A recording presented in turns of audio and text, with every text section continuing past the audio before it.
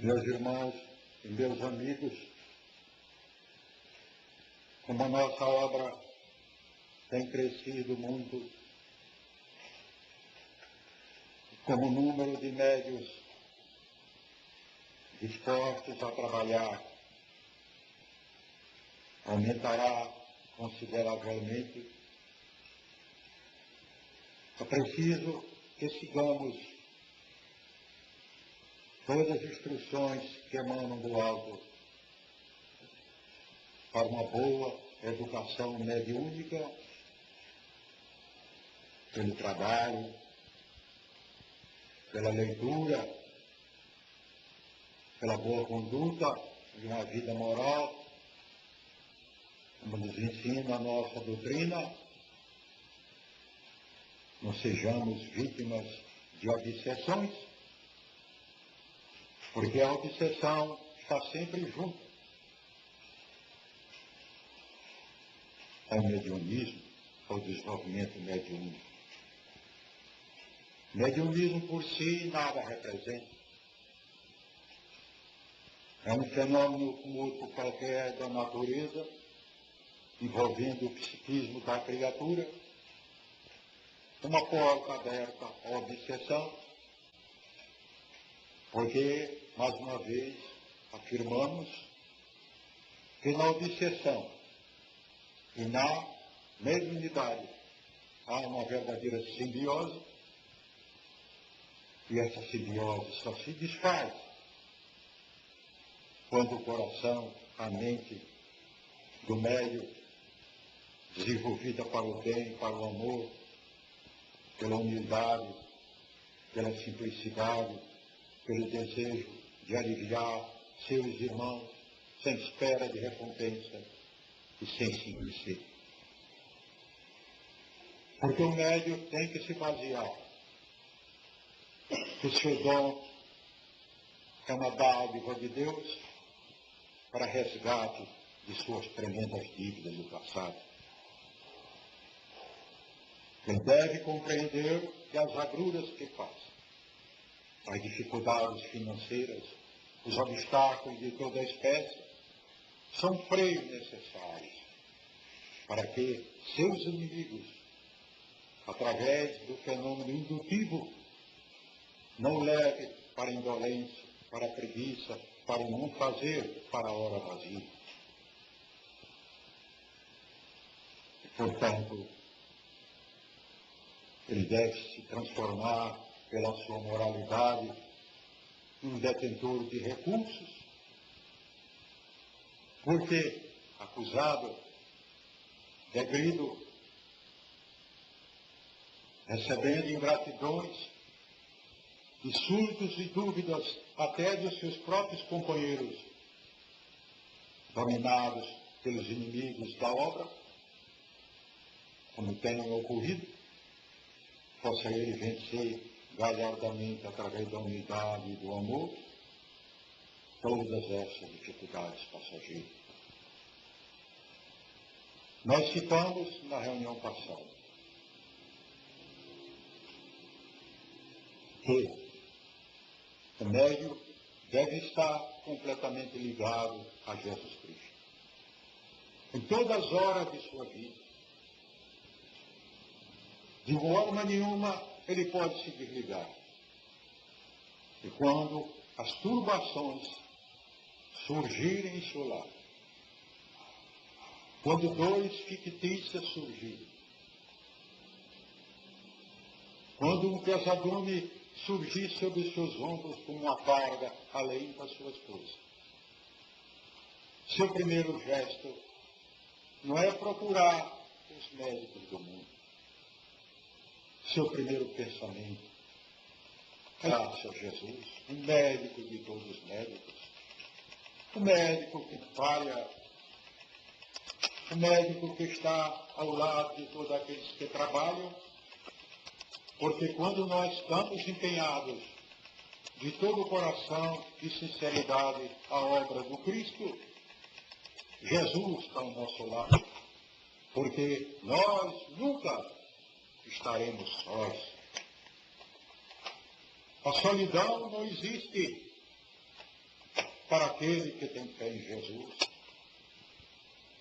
Jesus não afirmou a todos os médios, a todos os sensitivos, aquele que crê em mim passará da morte para a vida e viverá eternamente. Portanto, terá uma ajuda já nesta vida, porque saiu da morte dos sentidos, porque saiu das ilusões, da inércia, de tudo, porque, crendo em Jesus Cristo, o Mestre a seu lado, ele tem uma fonte de recursos, de forças, que promana a cada momento para lhe aliviar. E nós já sabemos que, quando o médium, açoitado pelos seus inimigos, que tudo possui, procura, em primeiro lugar, um médico terreno, já está criando o pensamento de fraqueza, o pensamento de enfermidade, já está vacilando e duvidando, porque as falanges que semeiam a filosofia da dúvida na Terra é muito grande entre encarnados e desencarnados. Então, está sujeito a desenganos, as dúvidas terrenas, as falsas informações destes médicos que só acreditam e só creem na sua própria medicina. Eles deveriam se ligar, em primeiro lugar, ao mestre para proferir um diagnóstico. Mas hoje, com a medicina toda mecanizada, onde o médico aboliu completamente a intuição, tangido pelo dinheiro, pelos recursos materiais,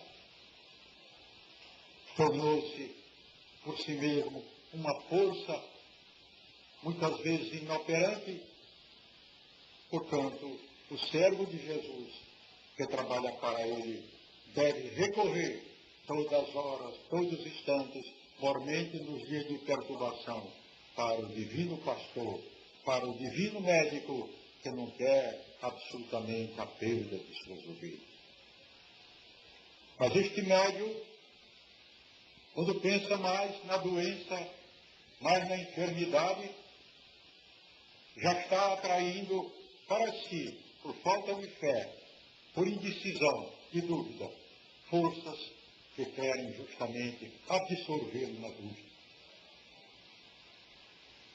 Então cria na sua mente aquilo que se chama devaneio, induzido pelos próprios companheiros do grupo, que muitas vezes não vigiam, que se utilizam da sua mediunidade para consultas e outras tantas coisas, o que é errado, porque isso conduz os médios à queda, à presunção, ao orgulho, à vaidade, ao amor próprio, porque o nosso irmão Emmanuel, no Consolador 400, diz que é completamente interdito um médio recorrer a outro médio. O médio já é uma criatura carregada de vida, já tem a sua tarefa com cada um, tem que recorrer à sua própria fé, porque isso induz a erros, e nas mensagens que temos semeado, ali se encontra ensinamento constante aos médios a respeito deste assunto. Ninguém pode deixar de acreditar em si mesmo. Ninguém pode deixar de acreditar naquilo que está fazendo. Porque nós, quando não acreditamos na nossa obra, naquilo que estamos fazendo, caímos em devaneios, que já fizemos muito, que tudo deve ser paz, que a vida dos médios deve correr como rios, sem pedras, uma corrente constante. E como aprenderiam esses médios, se não fosse o açoite dos seus inimigos?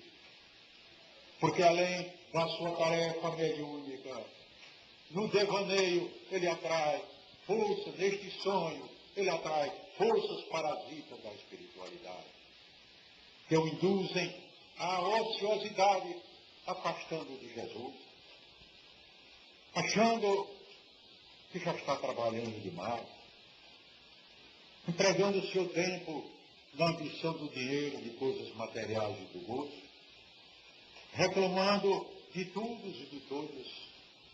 Essa hora vazia, esta ociosidade é a causa de penetração dos seus obsessores, do inimigo da nossa obra e do afastamento completo de nosso Senhor Jesus Cristo.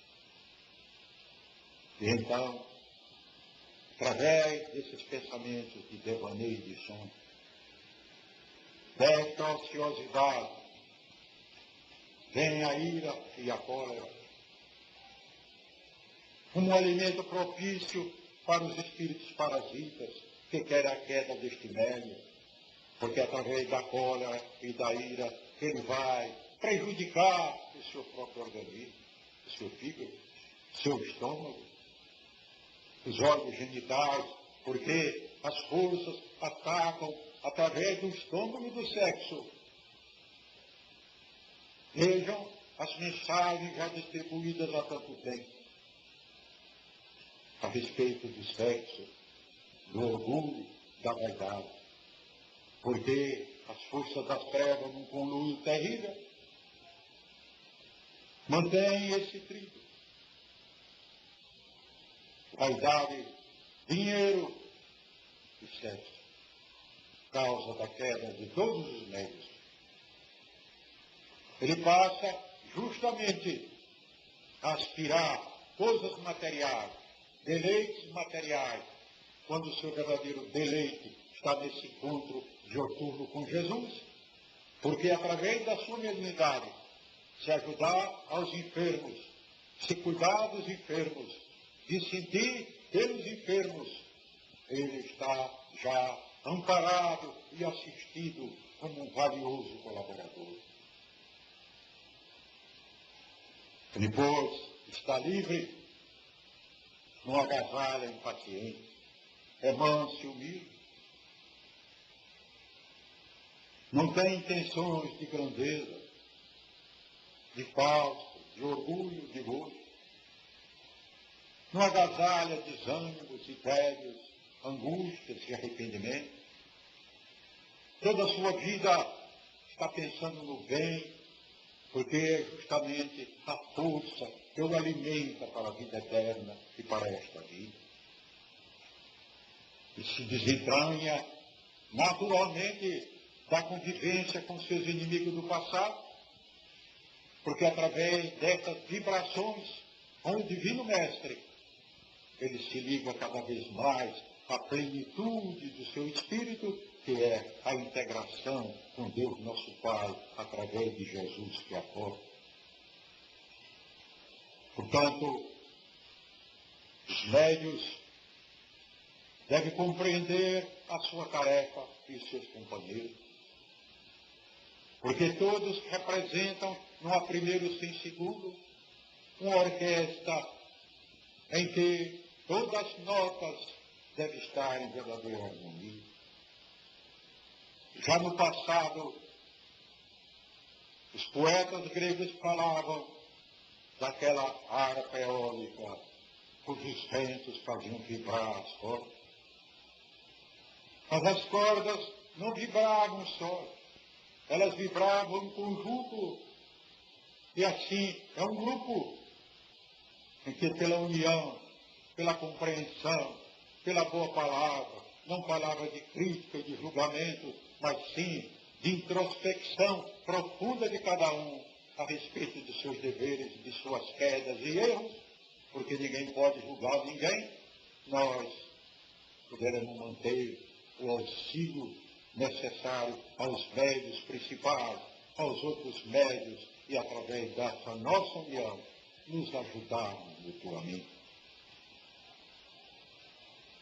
Portanto, na mediunidade com Jesus Cristo, o médium se considera cada dia por mais que faça,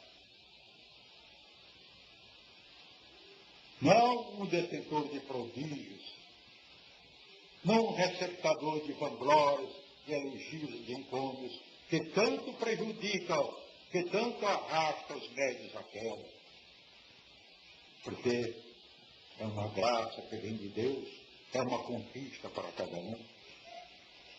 Se considera sempre em cada trabalho, levantando as mãos para o Mestre,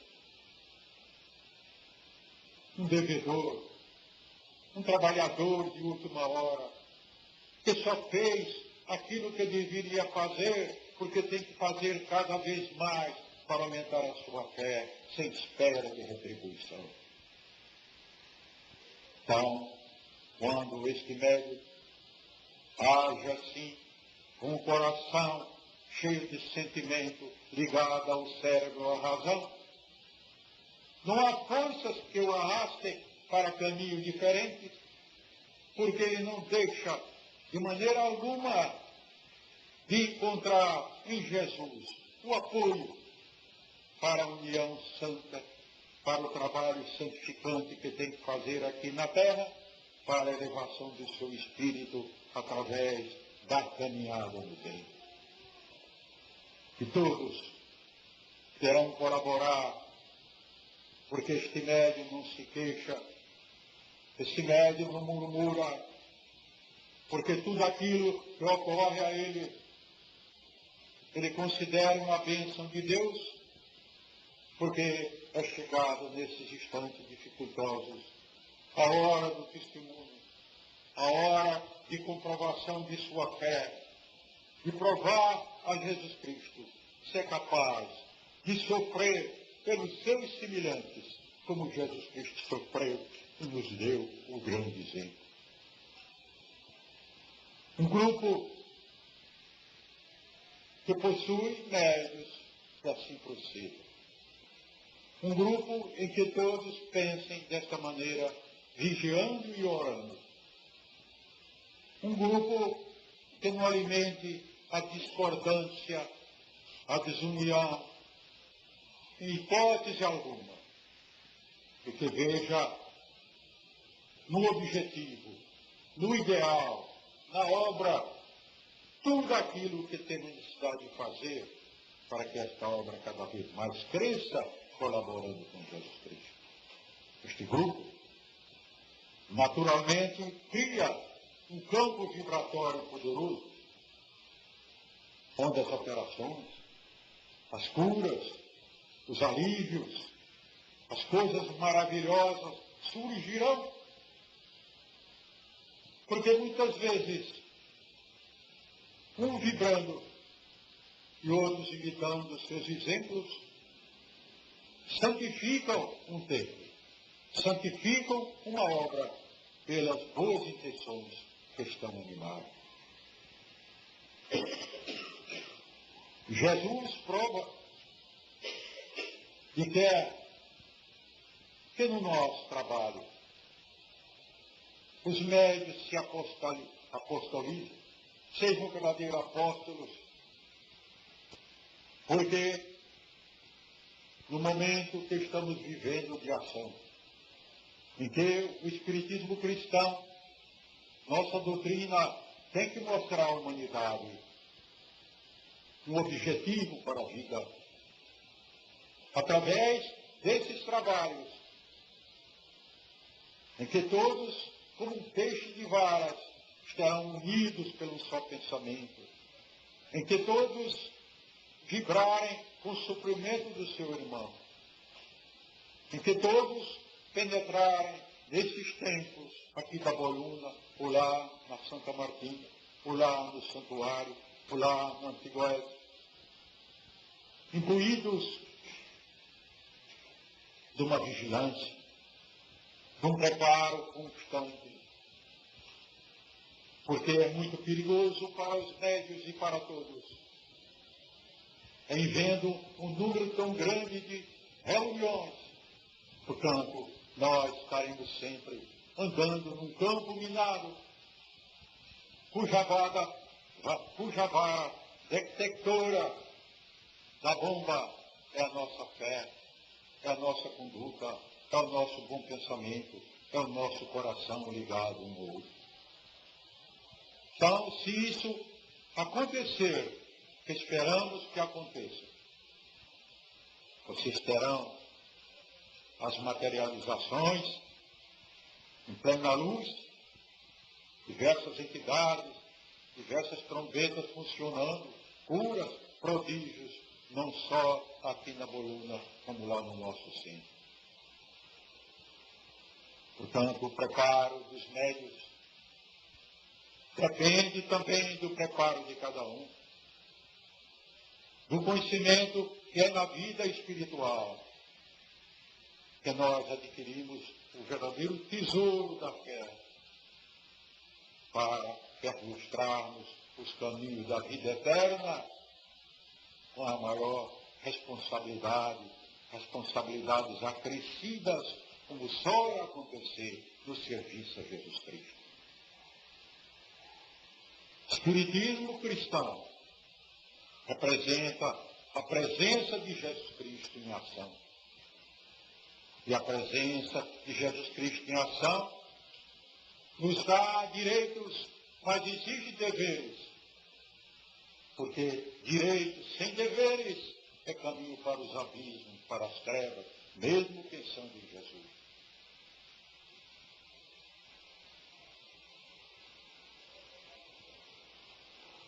Portanto, queridos irmãos, a fé merece um estudo. Muitos espíritos têm feito esse estudo sobre a fé, como nosso irmão Humberto de Campos. É muito comum, porque os espíritas estão divididos na propaganda e na divulgação. Propaganda é uma coisa, divulgação é outra.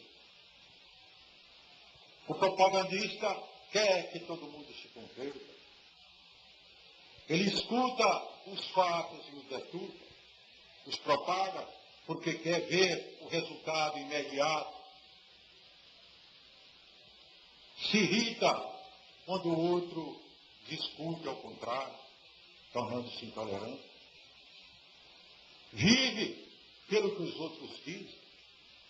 Aceita o espiritismo porque todo mundo está aceitando e é da moda, mas não compreende os deveres, as responsabilidades de ser espírita cristão, de estar ligado cada dia e cada instante a Jesus, no lar, no trabalho, na vinda para as reuniões, em toda a situação da nossa vida, na alegria e na dor. O que divulga, na divulgação, ele sente, ele vive. É o contato da criatura com os sofredores, com seus irmãos necessitados. É a palavra consoladora que divulga, mas que nunca se considera como tendo feito tudo. Sempre um trabalhador atrasado na sua tarefa, porque só fez aquilo que devia fazer. Portanto, a grande compreensão. Os propagandistas todos, quando viram os prodígios de Jesus Cristo, bateram palmas, viram as curas, exultaram, muitos curados foram beneficiados, seguiram o Mestre em grande algazarra, a ponto do Mestre, em necessidade de recorrer às montanhas, a um monte, para orar, estar em contato com o Pai. Mas na hora da cruz, esses propagandistas, aqueles que endeusaram Jesus Cristo, todos eles se foram, todos eles consideraram o Mestre um fracasso, porque não tinha vencido, destruído os poderes materiais. E só aqueles que do contato com o Mestre, um com o outro, que receberam o ensinamento do Mestre, que se tornaram divulgadores, porque estavam integrados com o Mestre, é que espalharam o cristianismo em Roma, em toda a humanidade, e que ainda continuam no seu labor, quietamente, num trabalho constante, numa observação constante da grandeza da sua tarefa. Portanto, propaganda e divulgação são coisas, meus irmãos, na nossa doutrina, muito diferentes. Os tempos estão chegados, temos que divulgar.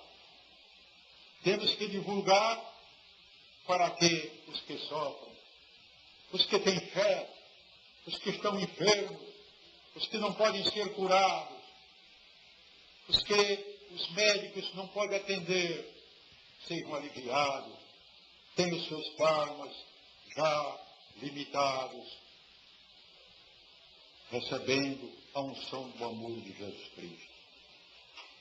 Mas para isso, é preciso que todo o grupo esteja preparado, unido, diante desses sofredores,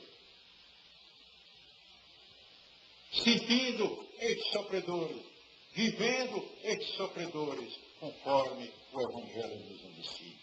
Está numa reunião, uma parte, com um pensamento, muitas vezes induzido por inimigo, o problema é dele do sofrimento. Se sofre, é porque é um pecador, assim faziam os fariseus. O pecador, como nós, tem o direito de se aliviar, de esclarecer. Porque Deus tem o infinito poder de transformar todas as coisas e de realizar o impossível. E, portanto, para que nós possamos formar um ambiente próprio aos médios, nós temos que participar, dizemos mais uma vez, do sofrimento dos outros, sentir o sofrimento dos outros, nos alegrarmos com a alegria dos outros. E esse fenômeno, meus irmãos, se chama empatia.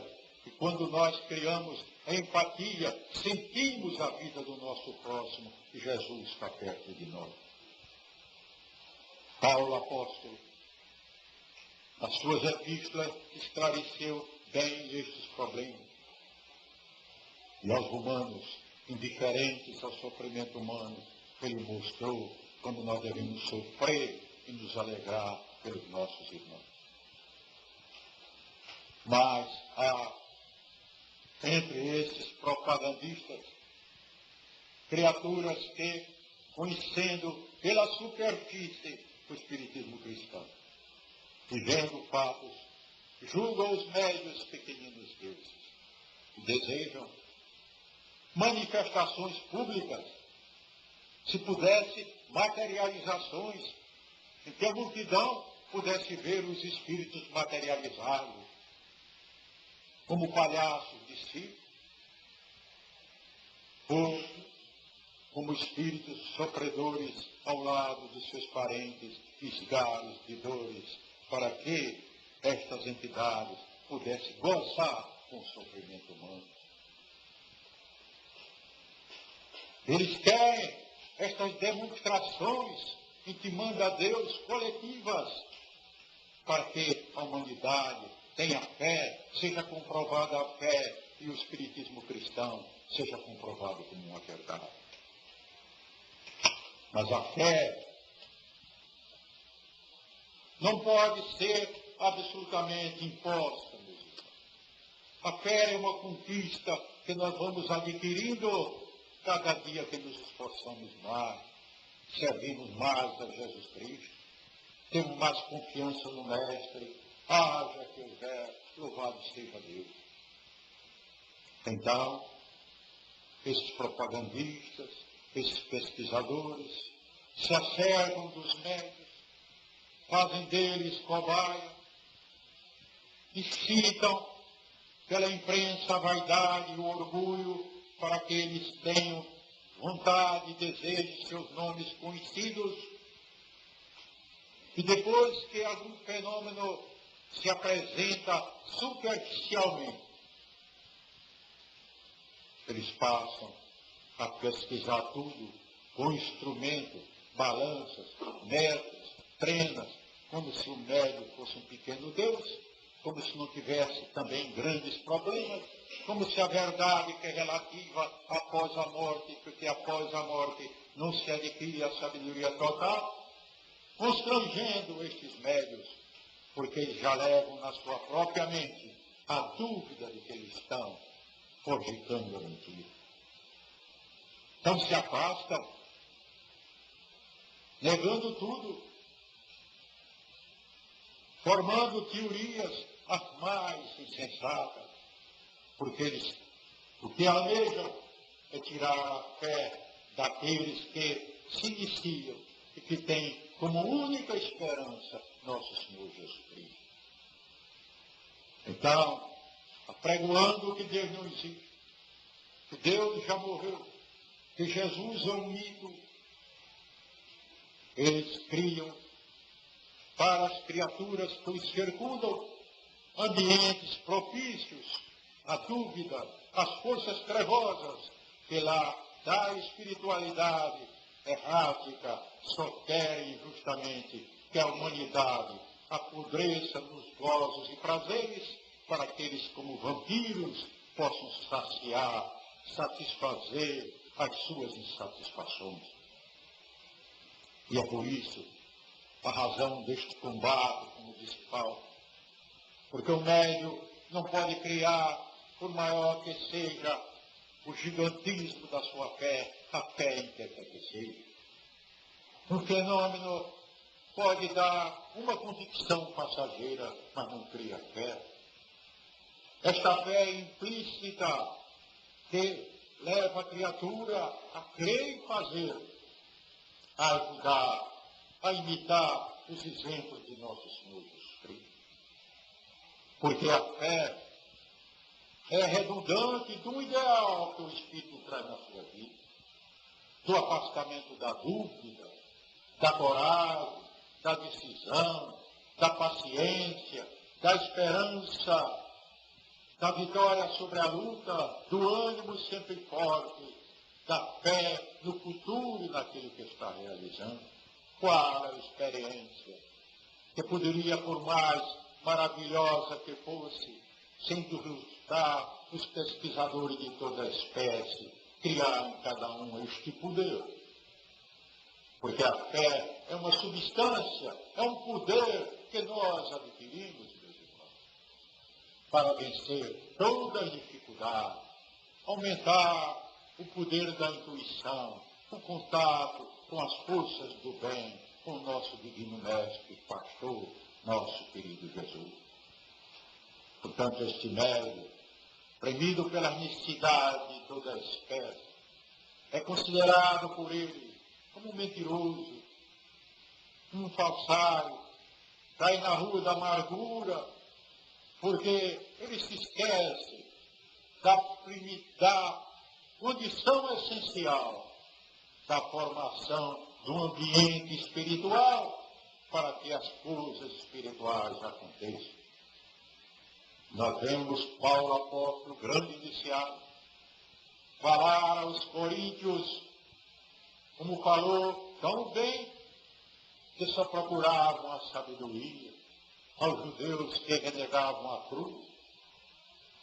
As coisas espirituais, diz ele na primeira epístola, só podem ser discernidas espiritualmente. É com o preparo espiritual que essas coisas vêm, e não com o pensamento do mundo. Porque só o homem espiritual é que pode conhecer o que é espiritualidade. Então, como é que um homem material quer pesar numa balança, quer medir coisas espirituais, coisas que só com o Espírito, com a ligação do alto, é que nós podemos obter, porque as forças trevosas que os induzem a estas coisas, para aumentar a confusão e a dúvida, estão ligadas a ele. Então, quando eles pensam, entram numa reunião, pensando que vão desmascarar, que vão destruir os médios, que vão reduzi-los, causando grandes sofrimentos, eles se esquecem que os médios passam, os fenômenos passam, mas a doutrina ainda continua, e que um dia eles passarão pelo fenômeno que chamam morte, então verificarão tristemente cala a causa em glória desposada. Portanto, como disse o espírito Humberto de Campos, quando os romanos foram conquistar a Bretanha, queimaram na praia todas as suas galeras, para que não houvesse uma possibilidade de retirada. Eles confiavam na sua força, eles confiavam no poder que ele trazia, o poder de Roma, o poder da força bruta. E se empenharam na conquista numa luta incruenta. A conquista da fé, meus irmãos, exige um sacrifício semelhante. Que queimemos todas as nossas ilusões do mundo, todos os nossos apegos materiais, todas as ilusões que acarinhamos de uma vida melhor, sibarítica, cheia de gozo. A destruição de nossos preconceitos religiosos, de nossas dúvidas. Temos que nos transformar num novo ser, numa nova criatura, como disse Paulo, mantendo um modus vivendo diferente com o Divino Mestre. Então, as caravelas da desesperança, as caravelas da incredulidade, foram destruídas pelo fogo abrasador do sentido. Mas nós nos mantemos, muitas vezes na soledade, mas nunca só. Porque nessa conquista, nesta batalha de cada dia, Jesus está ao nosso lado e ao lado de todos os velhos e todos aqueles que trabalham pela verdade e aspiram por ela e fazem o bem a seus semelhantes. Que a paz de nosso Senhor Jesus Cristo esteja em todos os corações.